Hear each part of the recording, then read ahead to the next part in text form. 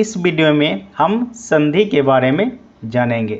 संधि किसे कहते हैं, संधि कितने प्रकार की होती है एवं कौन कौन सी होती है। तो आइए जानते हैं। सबसे पहले हम जानते हैं कि संधि किसे कहते हैं। संधि किसे कहते हैं? दो वर्णों के मेल से बने हुए सार्थक शब्द को संधि कहते हैं। यानी कोई भी शब्द है, दो वर्ण है, दो वर्ण को अगर हम मिला करके कोई एक शब्द बना देते हैं, जो शब्द सार्थक होना चाहिए, यानी उसका कोई ना कोई अर्थ निकलना चाहिए। ये नहीं कि हम कुछ भी दो वर्ड बना दिए और उसका संधि हम कह सकेंगे, ऐसा नहीं। उस वर्ड का मीनिंग यानी कि अर्थ निकलना चाहिए, इसलिए मैं यहाँ पे सार्थक लिखा हूँ। दो वर्णों के मेल से बने हुए सार्थक शब्द को संधि कहते हैं। तो आपको यह क्लियर हो गया कि दो वर्णों के मेल से कोई भी बने हुए शब्द को हम संधि कहते हैं। संधि कितनी प्रकार की होती है? तो संधि हमें 3 प्रकार की देखने को मिलती है। नंबर 1 पे है स्वर संधि, नंबर 2 पे है व्यंजन संधि, नंबर 3 पे है विसर्ग संधि। यानी कि संधि 3 प्रकार की होती है। एक तो हुआ स्वर संधि, जिसमें स्वर की मात्रा लगा करके हम संधि बनाते हैं। दूसरे नंबर पे व्यंजन संधि, जिसमें व्यंजन की मात्रा लगाकर हम संधि बनाते हैं।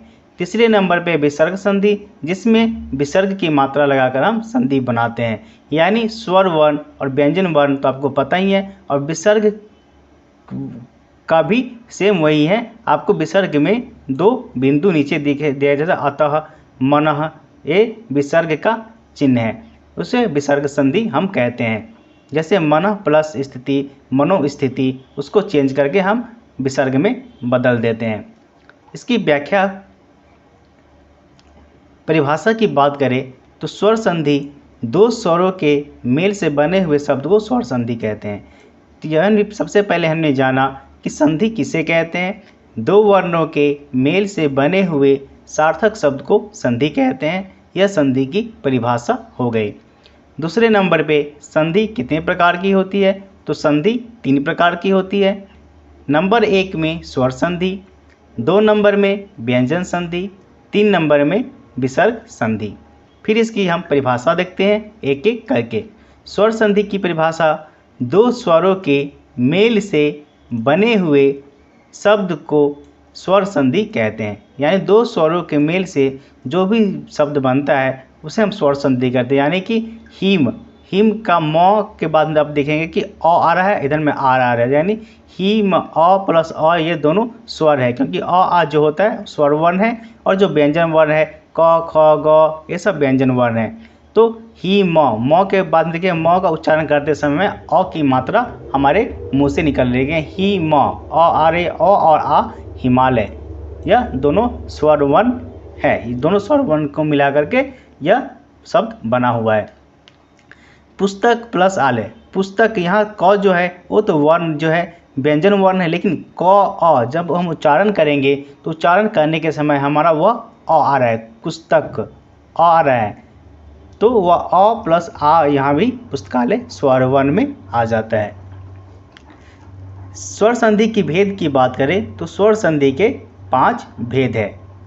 नंबर 1 पे है दीर्घ संधि, 2 नंबर में गुण संधि, 3 नंबर में वृद्धि संधि, 4 नंबर में आयादी संधि, 5 नंबर में यन संधि।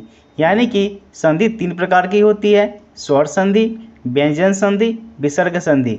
उसमें आपको जो स्वर संधि है उसकी भी 5 भेद है, जिसमें है दीर्घ संधि, गुण संधि, वृद्धि संधि, आयादी संधि एवं यन संधि।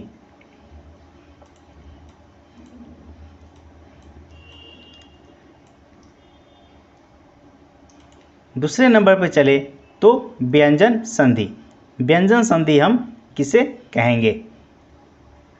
जब किसी शब्द से में व्यंजन के बाद स्वर या व्यंजन आने पर उनमें जो परिवर्तन होता है उसे हम व्यंजन संधि कहते हैं। यानी किसी भी शब्द में व्यंजन के बाद अगर स्वर आए तो भी हम उसे व्यंजन संधि कहेंगे, अगर स्वर आए तो भी व्यंजन कहेंगे, लेकिन पहले वाले जो शब्द है वह व्यंजन होनी चाहिए। स्वर संधि पहली वाली शब्द जो है वह स्वर होनी चाहिए और दूसरी वाली भी स्वर होनी चाहिए, लेकिन व्यंजन में पहली वाली तो व्यंजन होनी चाहिए, लेकिन दूसरी वाली स्वर भी हो सकती है और व्यंजन भी हो सकती है। जैसे सदाचार, यहाँ में द देखेंगे तो आप ये व्यंजन वर्ण है द, लेकिन आचार ये स्वर वर्ण है और जो है स्वर है, तो सदाचार यह व्यंजन संधि हो गई। जगत में आप त देखेंगे कि यह जो है व्यंजन वर्ण है त, लेकिन ई जो है वह स्वर वर्ण है, तो जगदीश भी हो गई।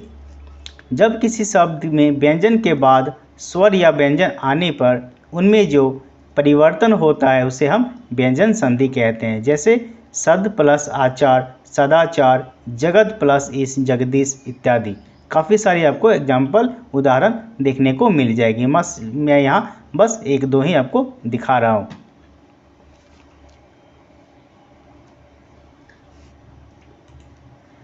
तीसरे नंबर पे है विसर्ग संधि।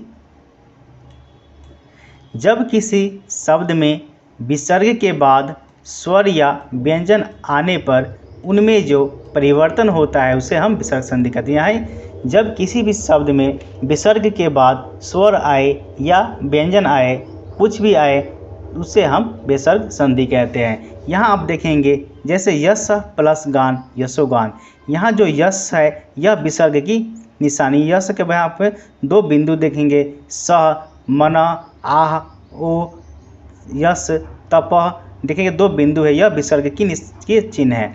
यानी यश प्लस गान यशोगान, तप प्लस भूमि तपो भूमि, यह विसर्ग संधि का उदाहरण है। फिर से शुरू से देख लेते हैं हम। संधि किसे कहते हैं? दो वर्णों के मेल से बने हुए सार्थक शब्द को संधि कहते हैं। संधि कितने प्रकार की होती है? संधि 3 प्रकार की होती है, स्वर संधि, व्यंजन संधि एवं विसर्ग संधि। स्वर संधि दो स्वरों के मेल से बने हुए शब्द को स्वर संधि कहते हैं। जैसे हिम प्लस आलय हिमालय, पुस्तक प्लस आलय पुस्तकालय। स्वर संधि के 5 भेद हैं: दीर्घ संधि, गुण संधि, वृद्धि संधि, आयादी संधि, यन संधि। दूसरे नंबर पे व्यंजन संधि। जब किसी शब्द में व्यंजन के बाद स्वर या व्यंजन आने पर उनमें जो परिवर्तन होता है उसे व्यंजन संधि कहते हैं। जैसे सद प्लस आचार सदाचार, जगत प्लस इस जगदीश। तीसरे नंबर पे हमारा था विसर्ग संधि। जब किसी शब्द में विसर्ग के बाद स्वर या व्यंजन आने पर उनमें जो परिवर्तन होता है उसे विसर्ग संधि कहते हैं। जैसे यशः प्लस गान यशोगान, तपः प्लस भूमि तपो भूमि आदि।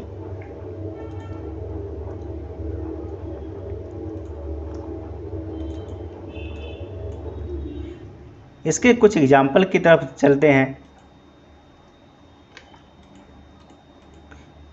क्योंकि आपको एग्जाम में एग्जाम्पल ही ज़्यादातर पूछे जाते हैं। यहाँ मैंने संधि के कुछ उदाहरण दे रखे हैं।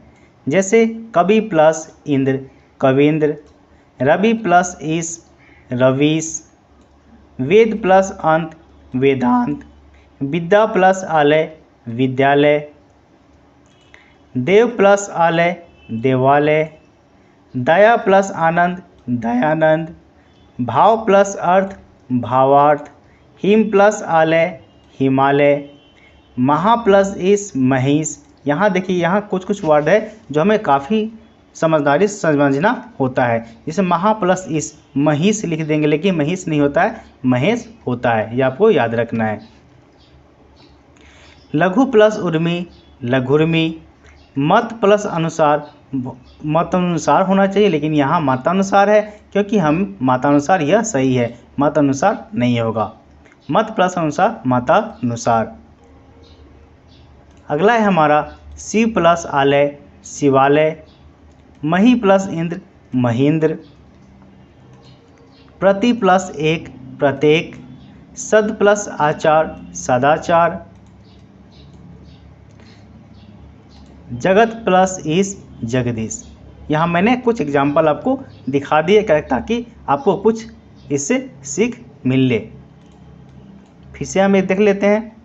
कवि प्लस इंद्र कवींद्र, रवि प्लस ईश रवीश, वेद प्लस अंत वेदांत, विद्या प्लस आलय विद्यालय, देव प्लस आलय देवालय, दया प्लस आनंद दयानंद, भाव प्लस अर्थ भावार्थ, हिम प्लस आलय हिमालय, महा प्लस ईश महेश, लघु प्लस उर्मी लघुर्मी, मत प्लस अनुसार मतानुसार। यहाँ मैंने मिक्स किया है, स्वर संधि भी है, व्यंजन संधि भी है और विसर्ग संधि भी है।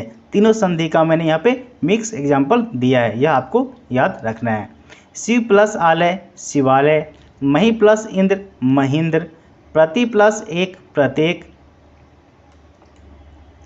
सत प्लस आचार सदाचार, जगत प्लस इच जगदीश।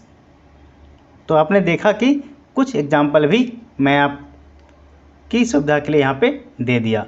तो आज हमने जाना कि स्वर संधि किसे कहते हैं, संधि कितने प्रकार के होते हैं एवं कौन कौन से होते हैं, और संधि को हमें किस प्रकार से लिखना होता है, यानी संधि को हमें किस प्रकार से तोड़ना होता है। आपको एग्जाम में काफ़ी सारे क्वेश्चन इसके आ जाते हैं।